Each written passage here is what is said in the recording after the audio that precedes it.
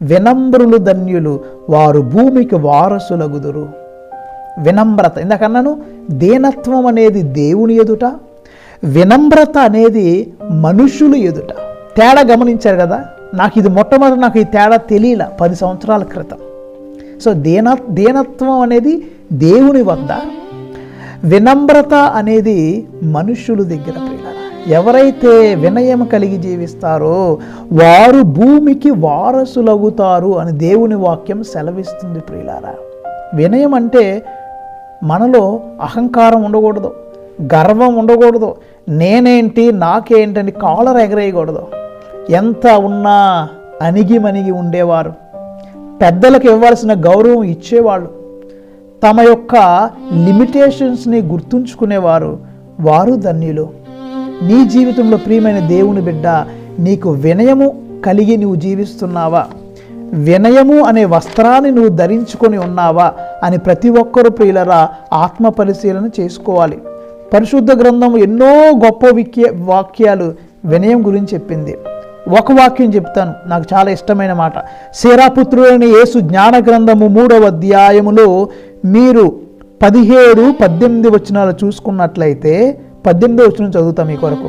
నీవెంత అధికుడువో అంత వినయవంతుడువు కమ్ము, అప్పుడు ప్రభువు మన్ననను పొందుదువు. Praise the Lord. చూసారా, నీవు ఎంత గొప్పవాడువో అంత తగ్గి జీవించమని దేవుని వాక్యం బోధిస్తుంది.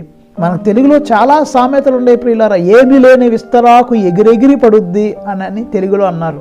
ఇంగ్లీష్లో empty vessels make much noise, ఖాళీ పాత్రలు ఎక్కువ శబ్దం చేస్తాయని ఇంగ్లీష్లో అన్నారు. ప్రియులారా, దేవుడు మనకు చెప్పేది వినయం కలిగి జీవించండి. మనకు కూడా ఒక పాట ఉంది కదా, ఎంత దీనాతి దీనమో ఓ యేసయ్యా. యేసయ్యా, నువ్వు ఎంత దీనత్వం కలిగి ఉన్నావా? నీ జననం ఎక్కడ పుట్టావు? పశువుల పాకలో పుట్టావు. నువ్వు రాజులకు రాజు, ప్రభువులకు ప్రభువు, మహారాజువి. అటువంటి మహారాజు అయినటువంటి నువ్వు, దైవ కుమారుడు అయినటువంటి నువ్వు ఎక్కడ పుట్టావు? పశువుల పాకలో పుట్టావు. నిన్ను చూసి యేసయ్యా మేమందరం నేర్చుకోవటానికి నీ యొక్క జ్ఞానాన్ని మాకు దయచే తండ్రి. మేము వినయం అనే వస్త్రాన్ని ధరించేలాగా మమ్మల్ని ఆశీర్వదించు తండ్రి అని ప్రతి ఒక్కరూ ప్రార్థన చేసుకోవాలి. ప్రియులారా, వీ షుడ్ బి హంబుల్.